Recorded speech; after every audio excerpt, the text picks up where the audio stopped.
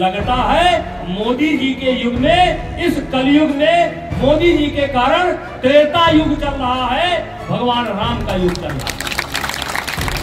ये गरीब आदमी अगर मोदी जी को वोट ना दिया होता तो सरकार न बनी होती। जैसे आज जो बच्चा बड़ा हुआ है उसको लगता है कि ये सड़क ऐसे ही पहले रही होगी। नहीं, ऐसे नहीं थी, बहुत बुरा हाल था। गरीब आदमी ऐसे देखता था कि अरे ये क्या जल रहा है, पता लगा बिजली जल रही। उसके घर नहीं जलता था, कुछ लोगों के घर पर जलता था। बिजली महारानी कभी एक सप्ताह में आई, दुख दुख दुख दुख करके चली गई। इस देश को दुनिया में गरीब भारत कहा जाता है। गरीब गांव में किसी बहाने से एक ट्यूबवेल अगर लग गई, उस बहाने से भी एक तार अगर गांव में आ गया तो पहले की सरकार ये मान लेती थी कि पूरे गांव में बिजली है। आज देश जो दुनिया के मजबूत है उसमें भारत का तो जाने पहले हमें दे दो और उसके बाद प्रधानमंत्री लोगों दे दो, सब तकलीफ में है। मैं मुरली भाई को जो आपके प्रधान हैं इनको धन्यवाद देना चाहते हैं कि कम से कम ये साल भर में एक आध बार ऐसा कार्यक्रम जरूर करते हैं। और ये प्रधान नहीं थे तब भी करते थे। आज कई वर्ष से लगातार जो इनसे बन सकता है वो आप लोगों की सेवा में जुटे रहते हैं। और इसलिए हम इनको अपने तरफ से धन्यवाद देते हैं।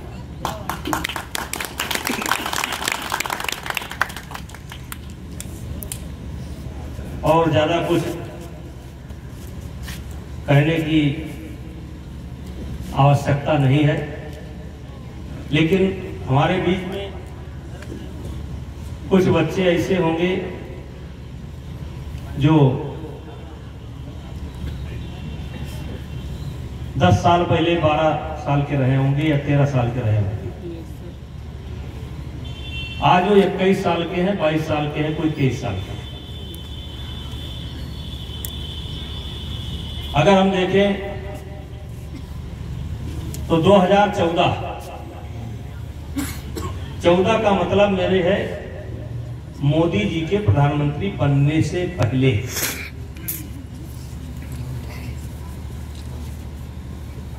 दो 2014 के पहले यानी कि आज के लगभग 9-10 साल पहले हर गांव में बिजली नहीं थी। हर गांव में बिजली नहीं थी। बिजली होती भी थी तो कुछ बड़े बड़े लोगों के घर में, या तो आप कह सकते हैं कि जो मुख्य गांव है उसमें बिजली होती थी, लेकिन पुरवा पाही पर बिजली नहीं होती थी। गरीब आदमी ऐसे देखता था कि अरे ये क्या जल रहा है, पता लगा बिजली जल रही। उसके घर नहीं जलता था, कुछ लोगों के घर पर जलता था और गरीब आदमी बैठ करके देखता था।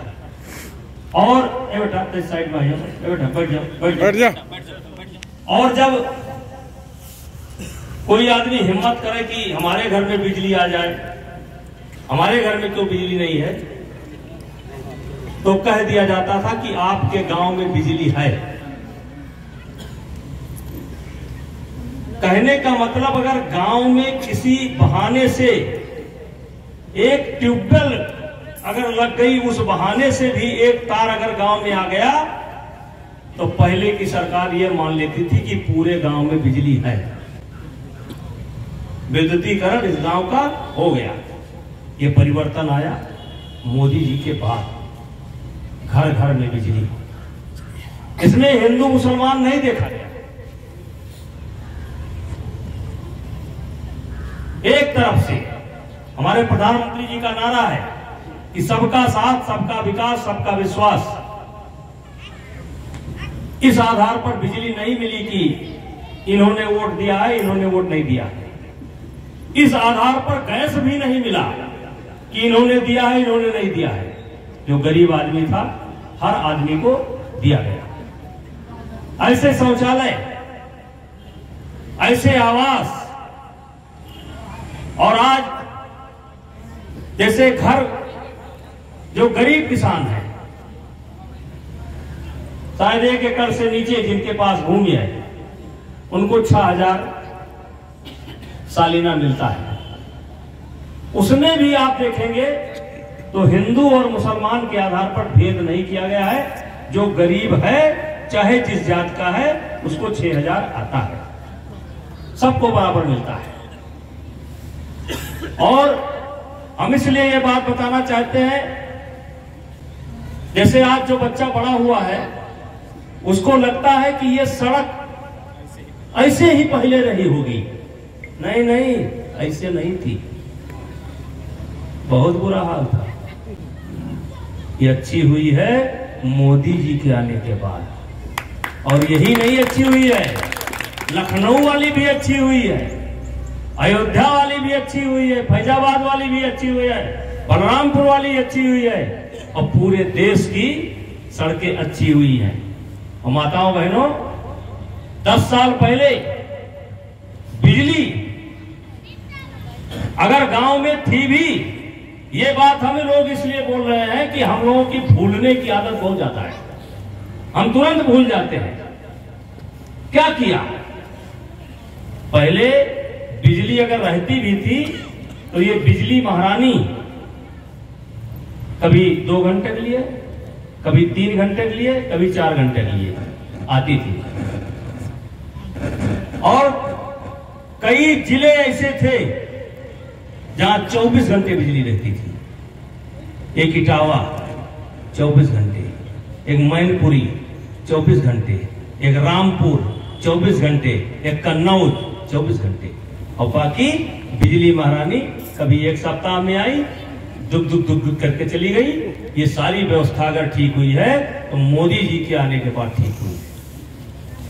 आज इतने बड़े पैमाने पर राशन बांटा जा रहा है, इतने बड़े पैमाने पर राशन बांटा जा रहा है। कोरोना आया, उसमें संकट आया, और तब से लगातार ये राशन बांटने का काम हो रहा है। लेकिन ये गरीबों का भी कम योगदान नहीं है। योगदान किस प्रकार है कि 2014 में सबसे अधिक वोट गरीबों ने मोदी जी को दिया, और इसीलिए मोदी जी की सरकार बनी। ये गरीब आदमी अगर मोदी जी को वोट ना दिया होता तो सरकार ना बनी होती। और माताओं बहनों, 2014 के पहले सरकार तो बनती थी, लेकिन किसी एक पार्टी की नहीं बनती थी। सन 1984 में चुनाव हुआ, कांग्रेस पार्टी की पूर्ण बहुमत की सरकार बनी, राजीव गांधी की। 84 के बाद 89 में चुनाव हुआ, किसी पार्टी की पूर्ण बहुमत की सरकार नहीं बनी, और उसका नतीजा यह निकला कि 2 साल के अंदर 2 प्रधानमंत्री बने, और देश की आर्थिक स्थिति इतना खराब हो गई कि सन 1990 में देश का सोना गिरवी रखना पड़ा।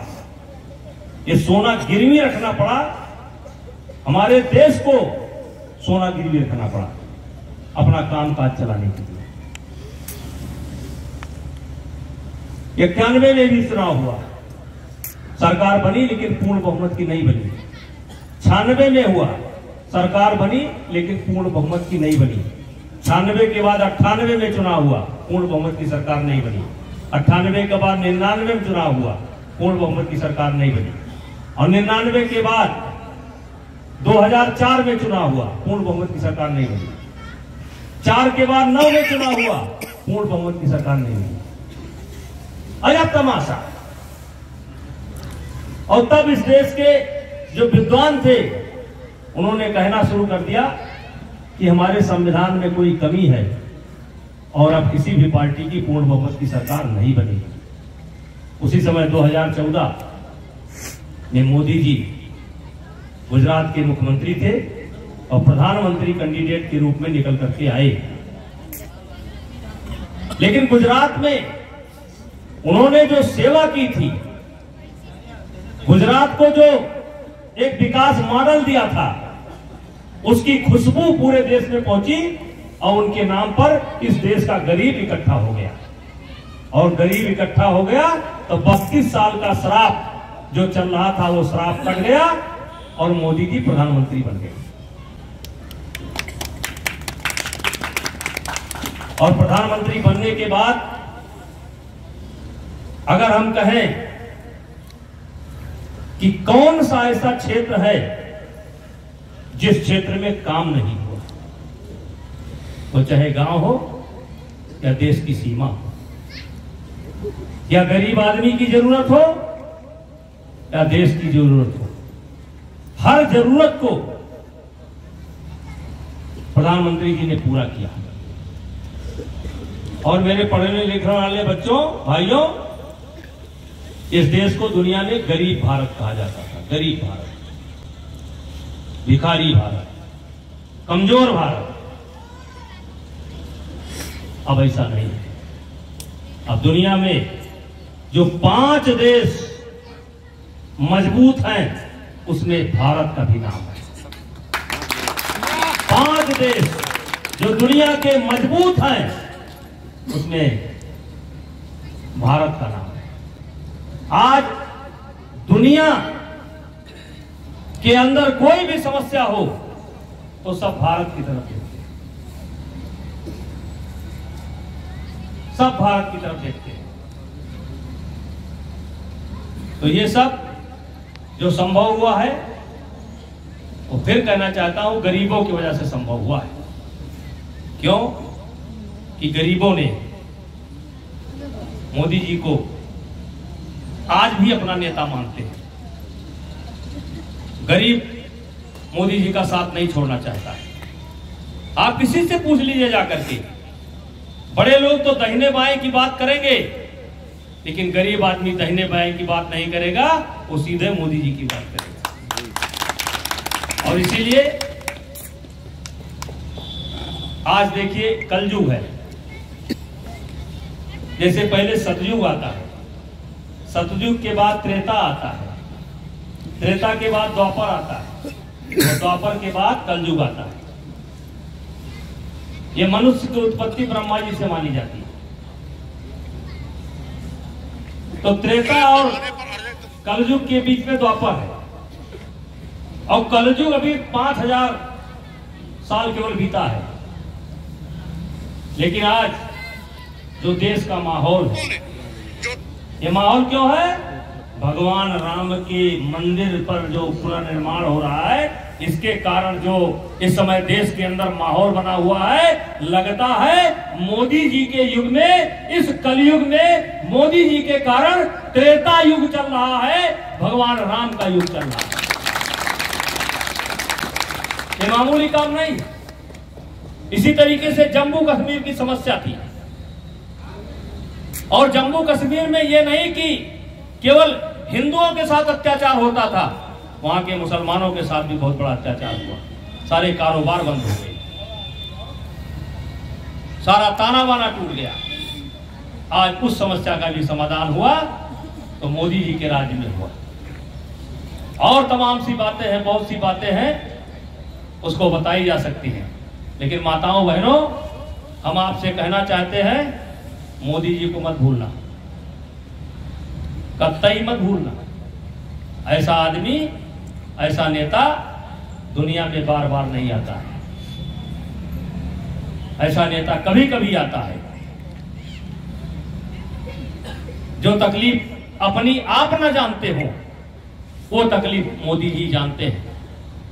दवाई का कोई इंतजाम नहीं था, आज 5 लाख रुपए तक का आयुष्मान कार्ड बना करके और शायद 50-60 करोड़ लोगों को कार्ड बांटे गए।